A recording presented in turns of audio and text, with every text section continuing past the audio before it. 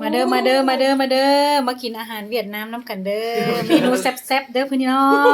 งมื้อนี้น่ะ Ủa chị cho tao Việt Nam xin ghé นี่ เวียดนามอาหารเวียดนามเยอะหนานชุนเจือนเนาะยอจืนเวียดนามพี่น้องมื้อนี้สิพันยอจืนกินเด้อมาเด้อมาเด้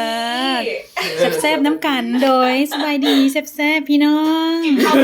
มาเด้อมาเด้อพี่น้องมากินยอจืนน้ำกันเด้อพันยอจืนมื้อนี้แซ่บๆเนาะ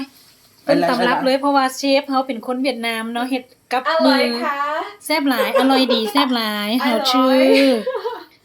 แซ่บหลายจนมาชัวเฮาชื่อจนมาชัวเยอะนะอยู่จนมาชัวนะ Ngon งอน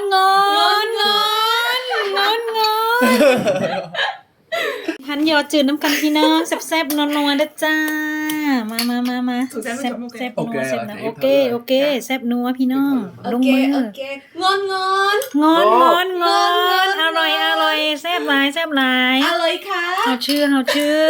อร่อย เอาข้าวปุ้นเอายอเอาหยังใส่ในใบสลัดแล้วเฮาก็สิตักน้ำแจ่วนี่ใส่แล้วเฮาก็สิพันกินเนาะ โอเค